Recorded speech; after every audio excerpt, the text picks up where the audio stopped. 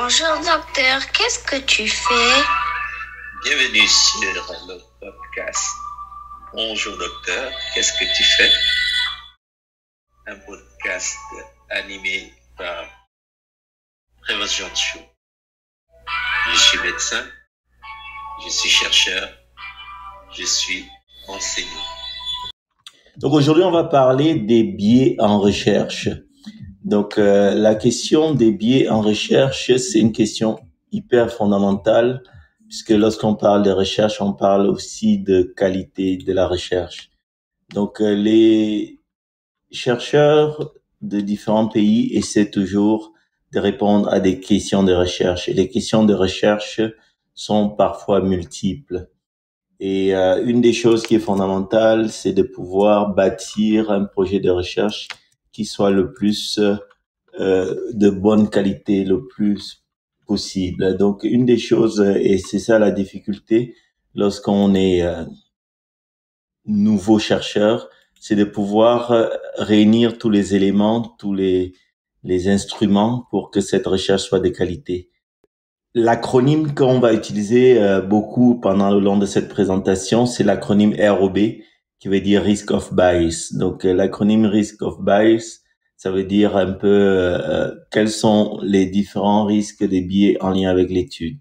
Mais pour parler de biais, il faut déjà le définir et c'est la première chose qu'on va voir. Donc, un biais, c'est quoi? C'est une forme d'erreur qui peut affecter les résultats de votre projet de recherche et fausser ces résultats.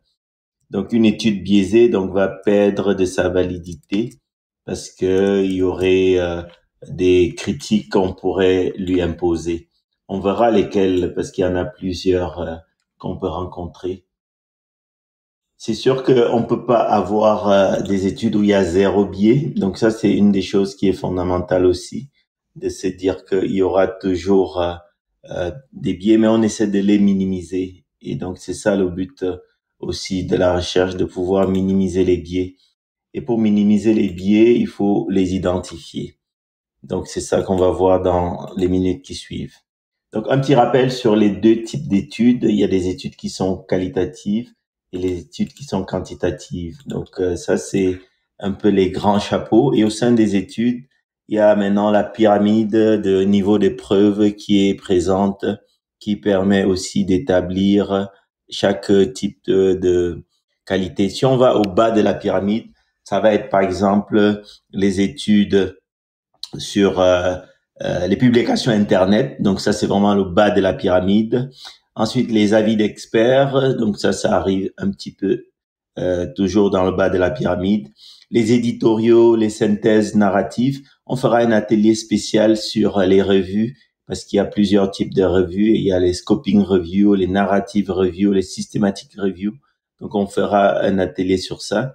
Donc tous ces éléments, donc notamment la synthèse narrative, les éditoriaux, les chapitres de livres, arrivent au niveau de la pyramide, plutôt au bas de l'échelle. Ensuite, il y a les études in vitro qui peuvent être faites chez l'animal, ou par exemple les études in vitro au laboratoire sur des tissus, sur des spécimens. Et puis ensuite, on arrive chez l'humain avec des niveaux de preuves de plus en plus élevés. Donc le cas clinique, donc un cas isolé, est beaucoup plus faible qu'une série de cas. Et au-dessus de la série de cas, il y a les études de cohorte rétrospectives, les études cas témoins. Et au-dessus de ça, il y a les études de cohorte prospectives. Et ensuite, on augmente dans le haut de la pyramide les études contrôlées, randomisées en double aveugle et les revues systématiques. Donc tout ça, c'est l'échelle des qualités de niveau de preuve qui doit effectivement pouvoir être atteint lorsqu'on veut bâtir une recherche de qualité. Mais le problème, et c'est ça le gros enjeu, c'est que plus on augmente dans ces niveaux, plus il y a des enjeux financiers, des enjeux économiques, etc. Et aussi d'autres enjeux en termes de ressources, puisque on comprend aisément que c'est pas les mêmes ressources qu'on met en place si on veut faire une série de cas, de 3-4 cas, ou si on veut publier une cohorte de 100 000 patients. Donc, tous ces enjeux entraînent effectivement des défis pour les chercheurs. Et ça, c'est quelque chose dont on va parler aussi dans quelques minutes. Donc, classiquement, on va distinguer deux types de biais. Donc, ça, c'est important de les voir. Donc, les biais aléatoires, ce sont des résultats qui se produisent simplement du fait de la variabilité de l'échantillonnage ou de la précision des outils de mesure. Comme vous le savez, même les balances les plus fiables, les plus précises peuvent avoir quand même des difficultés pour mesurer des paramètres biologiques comme le poids. Donc, les biais aléatoires peuvent se produire dans toutes les études quantitatives. On essaie de les minimiser, mais on peut pas toujours les éviter. Donc ça, c'est très important de faire la nuance entre ces biais aléatoires et les biais systématiques qui, elles, sont des inexactitudes qui sont reproductibles et qui vont entraîner des erreurs entre les valeurs observées et les valeurs réelles. Et ce type de biais, c'est sur ceux-là qu'on peut travailler pour essayer dans la conception de l'étude de minimiser leur survenue. Donc, il y a des facteurs qui peuvent être multiples, il y a des facteurs humains qui peuvent interagir, des facteurs systémiques qui peuvent interagir. Et on va voir que dans chaque type de biais, il y a des choses qu'on peut mettre en place. Le but, c'est vraiment d'éviter, dès la conception de l'étude, de se retrouver dans ce système où on a des études qui sont déjà très biaisées au départ. Maintenant, on va parler de quelque chose, pourquoi c'est important. Donc, parce que effectivement, les erreurs aléatoires et systématiques peuvent impacter la validité des projets de recherche. Donc, ça, c'est un point clé crucial. Et on peut corriger certaines de ces erreurs, notamment au niveau de certaines analyses statistiques, surtout les erreurs aléatoires, alors que les erreurs systématiques, elles, sont plus difficiles à corriger. Donc ça, c'est une nuance importante à voir. Alors, on a 5 grandes catégories de biais. Donc, on va les parcourir les unes après l'autre. Je vais les énoncer et ensuite, on pourra les voir ensemble. Donc, la première catégorie, c'est ce qu'on appelle les biais de sélection. Comme vous le savez, dans une étude, surtout quand il s'agit d'études cliniques humaines, on doit inclure des participants dans l'étude. Donc, une première chose qu'on peut avoir, c'est donc des biais de sélection. On va les voir en détail. Ensuite, ces participants vont avoir des outils pour mesurer soit des facteurs explicatifs, soit des facteurs expliqués, donc des outcomes en anglais. Donc, on peut avoir des biais de mesure. On peut avoir des biais d'intervention lorsqu'on va administrer, par exemple, un médicament, un soin. On prend l'exemple de notamment tout ce qui est études où on va comparer deux groupes de patients avec un traitement ou une pratique comme l'acupuncture. Parfois, si on ne prévoit pas des mesures pour avoir le groupe témoin, on peut avoir des biais d'intervention majeurs. Donc, on verra comment les contourner. Ensuite, il y a les biais d'analyse, notamment la façon dont on analyse les données obtenues. Et puis, finalement, les biais de publication qui, là aussi, sont souvent très, très importants, surtout dans le cas d'études négatives. Donc, on commence d'abord par les biais de sélection. Donc, les biais de sélection, c'est deux types de biais. Donc, il y a par exemple le biais de volontariat. Si demain matin, je lance une étude en disant, je voudrais voir la proportion de personnes qui, sur les médias sociaux, passent plus de 10 heures par jour sur les médias sociaux. Donc, si je lance cette étude à partir d'une plateforme comme Facebook ou à partir d'une plateforme comme Twitter, il y aura des volontaires qui vont se présenter et on aura certains qui auront pas forcément les mêmes types de profils parce que ceux qui auront répondu à cette étude se seront volontairement sélectionnés. Donc ça, c'est quelque chose qui est important. Donc les biais de sélection peuvent entraîner des enjeux majeurs. Donc il y a le biais de volontariat. Donc ça, c'est le premier type de biais de sélection. Donc les personnes volontaires, soit parce qu'ils aiment la recherche, parce qu'ils sont altruistes. Donc ça, c'est des gens qui disent souvent oui facilement. Donc ça peut ne pas être représentatif de la population de l'étude.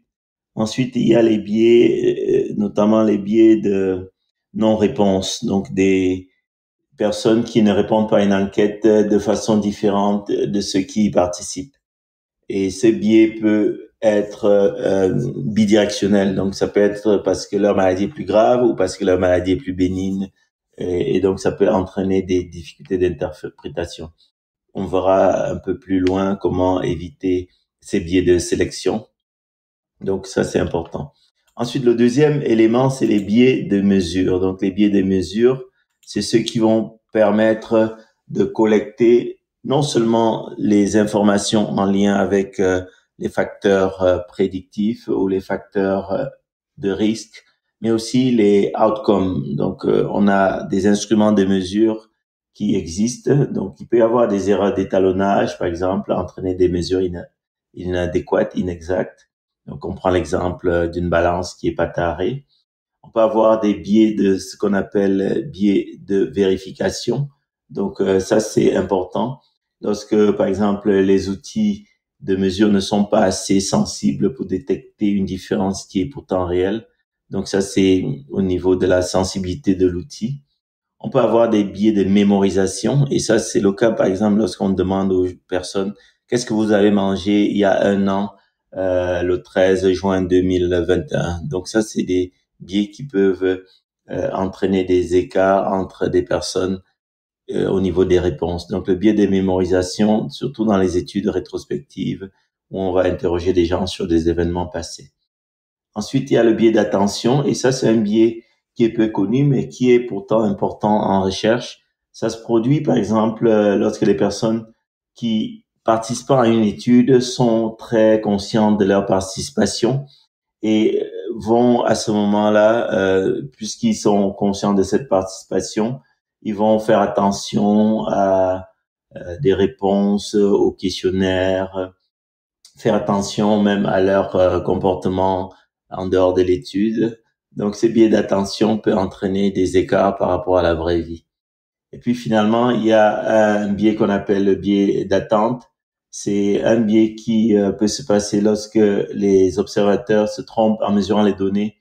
Et donc, ça, c'est souvent lorsqu'on n'est pas en aveugle. Donc, à ce moment-là, on s'attend à avoir un résultat. Donc, comme on dit, qui sait ce qu'il cherche, voit ce qu'il a trouvé. Donc, si vous avez une étude avec un critère de jugement et que vous mesurez le critère de jugement en sachant le groupe d'allocation du patient, vous pouvez être biaisé parce que vous savez et vous espérez que votre produit va marcher. Et c'est aussi ça qui va être important lorsqu'on verra les façons de contourner, notamment sur la notion de aveugle ou de double aveugle. Donc, les biais, troisième catégorie, ce sont les biais d'intervention. Donc, on appelle ça lorsqu'il y a une étude avec des interventions médicamenteuses ou non médicamenteuses. Mais on peut aussi avoir des biais d'exposition. Donc, dans le cadre de certaines études pronostiques, par exemple. Donc, il y en a plusieurs. Le premier qu'on observe, c'est les biais de contamination. Donc, si vous faites une étude, vous dites au patient de prendre le médicament A dans le premier groupe et dans le deuxième groupe prendre le médicament B. Mais on peut se retrouver dans une situation lorsque les participants du groupe B reçoivent par inadvertance le médicament A. Et donc, ça va à ce moment-là minimiser l'effet d'une différence qui aurait pu être observée. Et ces participants peuvent recevoir le médicament de façon involontaire lorsqu'il y a des erreurs humaines, mais aussi parfois si les participants, malgré le fait qu'ils participent dans une étude, prennent aussi des doses de médicaments, notamment si c'est un accès en vente libre. Et c'est aussi ça qu'on va voir dans le deuxième biais qu'on appelle le biais de co-intervention. Donc, ça se produit lorsque des sujets reçoivent d'autres interventions qui pourraient avoir un effet sur les outcomes.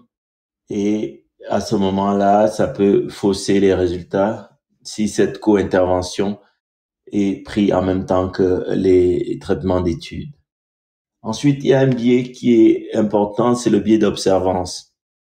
Comme chercheur, vous voulez toujours que les participants soient les plus observants, mais on peut se retrouver dans une étude où les gens ne respectent pas ce qui est recommandé ou ce qui est prescrit. Donc l'observance devient tellement mauvaise que l'étude n'a pas une interprétation valable.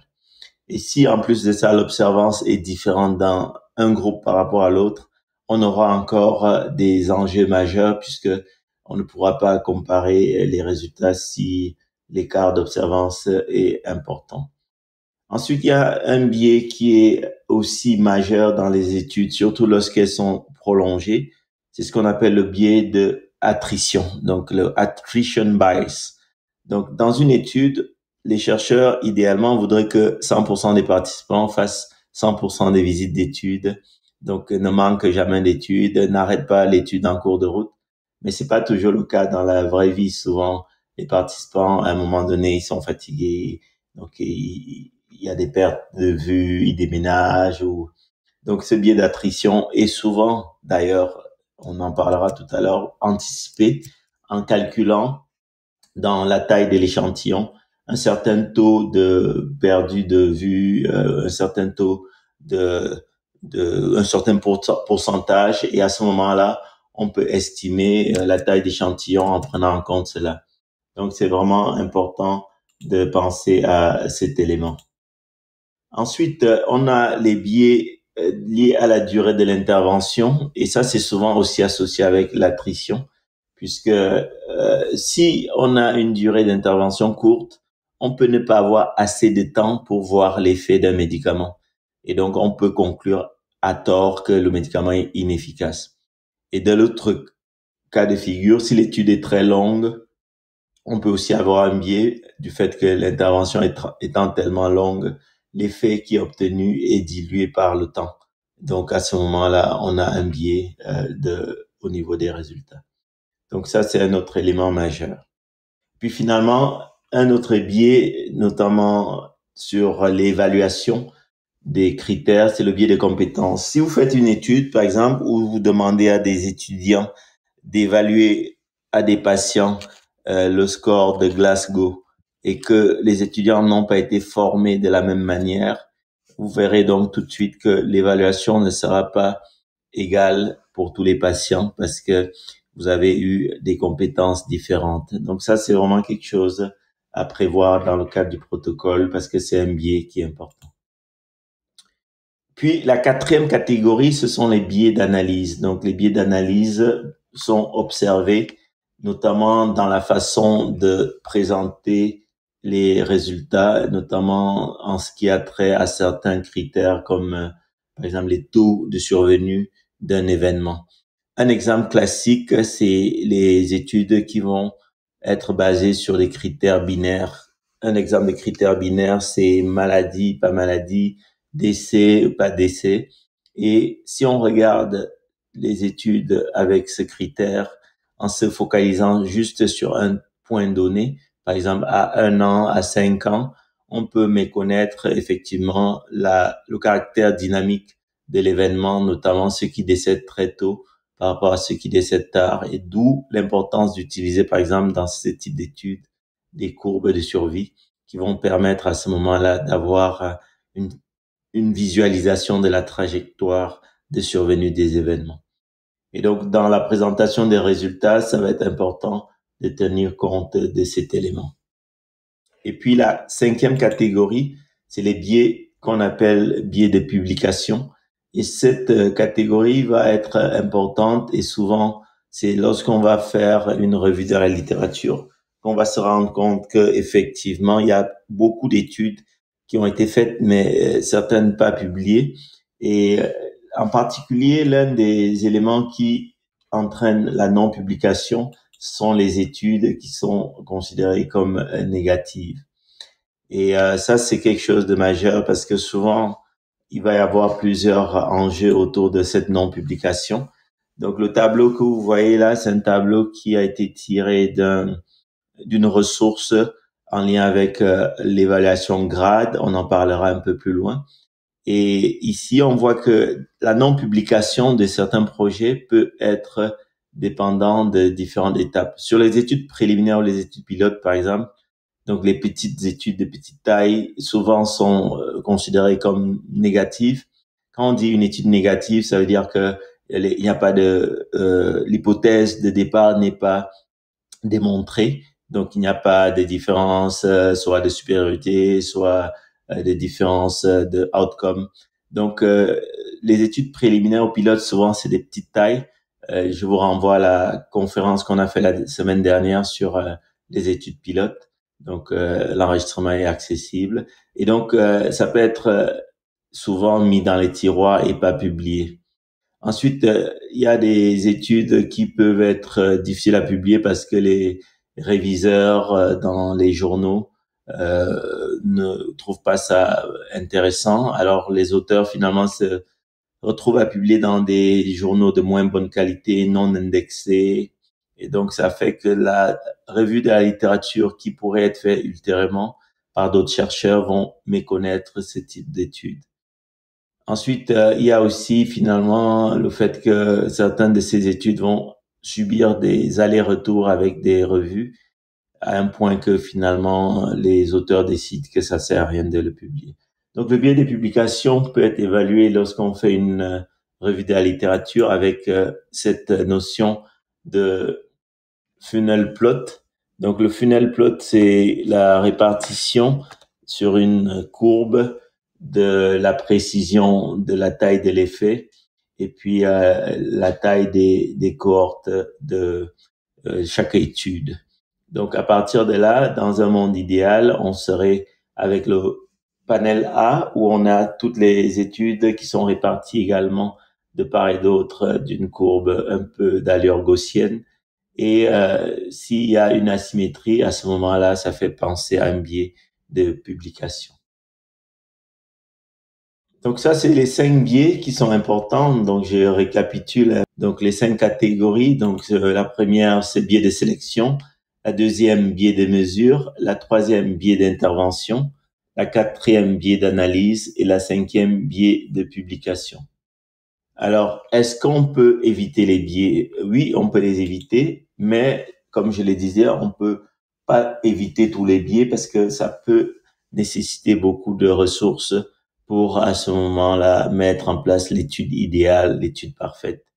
Donc, dans un monde idéal, les études randomisées en double, voire triple aveugle, avec une durée de suivi assez longue, avec des grilles d'évaluation validées, avec des critères de jugement qui sont reproductibles, avec une analyse des données impartiale, une analyse de données avec l'anonymat en termes de groupe d'allocation qui est préservé, avec des publications à la clé. Donc ça serait vraiment le scénario idéal pour permettre d'éviter tous ces biais. Et on va voir qu'il y a certains outils qui existent. Lorsque vous lirez des articles, vous ferez attention notamment avec ces outils qui permettent de voir la qualité d'une étude clinique.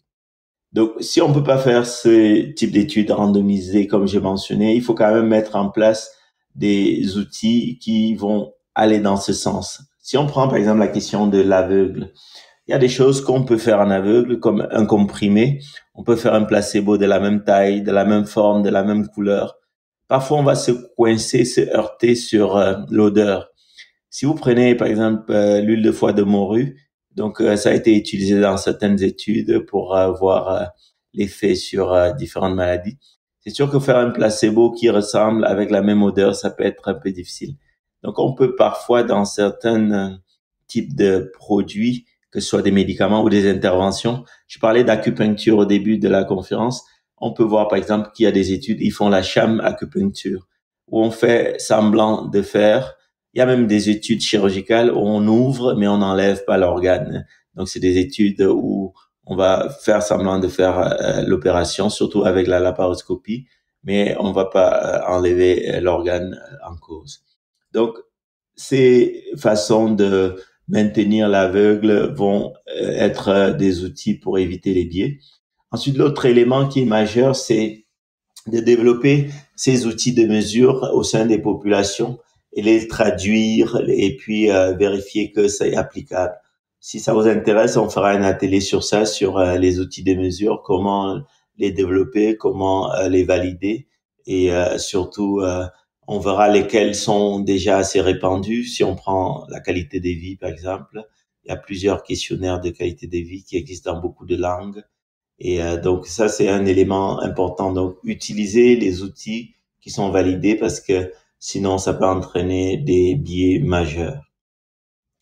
Ensuite, le recrutement, le processus de recrutement devrait être consécutif. On devrait avoir des critères d'inclusion et exclusion bien définis et qu'il n'y ait pas de saut en termes de recrutement juste parce que, voilà, vous avez l'impression que telle famille va refuser, on ne lui propose pas. Donc, c'est important d'éviter aussi ces biais au niveau du recrutement. Après, l'autre chose qui est majeure, c'est la durée de l'intervention. Donc, si on prend l'exemple des études longitudinales de cohorte, vous avez vu et lu plusieurs travaux de la Nurse Health Study, qui est une grosse cohorte américaine qui a permis de démontrer différents impacts de facteurs de risque sur la santé. Donc, ce type d'étude de cohorte peut nécessiter un suivi tellement prolongé que même les auteurs qui ont mis en place le projet au départ ne sont plus dans l'équipe. Ça peut aller jusqu'à 10, 15, 20 ans. Je crois que l'étude la plus longue, si ma mémoire est bonne, a duré plus de 50 ans pour avoir des résultats intéressants. Donc, c'est majeur, il faut penser à ça parce que parfois, l'histoire naturelle de certaines maladies peut justifier d'être très, très patient. Donc, avec quels outils on peut avancer? Donc, en tant que chercheur, vous pouvez aussi essayer d'utiliser des grilles de lecture. Ça va vous donner déjà des outils de départ comme CONSORT. Donc, CONSORT, c'est un acronyme, donc Consolidated Standards of Reporting Trial. Donc, en français, normes consolidées pour les rapports d'essai.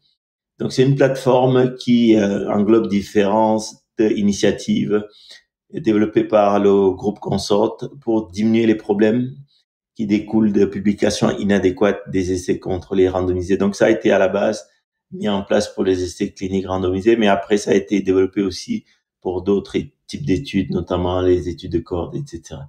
Donc, sur la plateforme Consort, le lien que vous avez, vous allez pouvoir trouver plusieurs grilles et maintenant, de plus en plus, les revues exigent que vous soumettiez ces grilles en même temps que votre manuscrit. Donc, cette liste de vérification, c'est important. C'est un peu comme les pilotes de Formule 1 avant de démarrer la course. On fait la checklist. Est-ce que les roues sont bien gonflées? Il y a assez d'essence. Donc, ici, on vous demande, première section, titre et résumé. Est-ce que vous avez identifié que c'est un essai clinique? Est-ce que le résumé a été structuré? Ensuite, deuxième section, introduction. Quel est le contexte, objectif? Et fait important dans cette checklist que vous devez soumettre avec votre manuscrit, il y a une partie où c'est marqué la page. Donc, vous devez noter quelle est la page où figure cette information. Donc, ça, c'est important. Donc, la checklist va vous permettre, vous comme lecteur, même sans avoir déjà fait un travail sur un essai clinique, ça va vous permettre déjà, vous comme lecteur, de pouvoir voir quels sont les prérequis. Donc ça, c'est important. Donc de voir ce qu'on attend souvent dans le cadre de telle ou telle soumission, c'est super intéressant. Et à ce moment-là, vous pouvez anticiper dans la rédaction de votre protocole et surtout aussi dans l'écriture de l'article. À part la consorte, il y a d'autres éléments. Donc, je vous en ai mis plusieurs et c'est des outils qui sont super intéressants aussi. Donc, il y a l'évaluation GRADE qui est en fait un acronyme pour dire Grading of Recommendation, Assessment, Development and Evaluation. Donc, ça, c'est quelque chose qui est une façon qui permet à des groupes, ça peut être des groupes de médecins, des chercheurs, de définir des lignes directrices, des recommandations. C'est souvent dans le cas de consensus pour telle ou telle maladie. Et on va voir un peu plus loin la démarche en cause. Ensuite, il y a l'Europe de Cochrane Risk of Bias Tool for Randomized Trials. Robbins et Cochrane's Risk of Bias for Non-Randomized Study of Intervention. CEBM, JADAD. JADAD, c'est un outil de mesure de la qualité pour les études randomisées. Il y en a d'autres encore. Il y a une qui s'appelle le CEBM, Critical Appraisal Worksheet, Oxford Center for Evidence-Based Medicine. Il y a l'Agence of Healthcare Research Quality Checklist for Risk of Bias. Il y a aussi la Checklist for Methodological Quality and Cost Effectiveness Analysis. Donc, les études coût, efficacité. Donc, il y a des façons de les présenter aussi. Donc, Quadas pour les études qui mesurent les outils de diagnostic. Agri pour les études sur l'évaluation de lignes directrices. Ensuite, il y a Nutrigrad qui est intéressant. C'est un système qui permet d'évaluer et voir la qualité des études randomisées et des études de cohorte dans le domaine spécifiquement de la nutrition, pour ceux qui s'intéressent à la nutrition. Puis finalement, il y a le Risk of Bias Assessment Instrument de McMaster University, Clarity. Donc tous ces outils-là, je vous mettrai le lien dans les commentaires et puis vous pourrez y accéder. Donc là, j'ai mis ici l'exemple de la Critical Appraisal Worksheet du Centre for Evidence-Based Medicine de Oxford.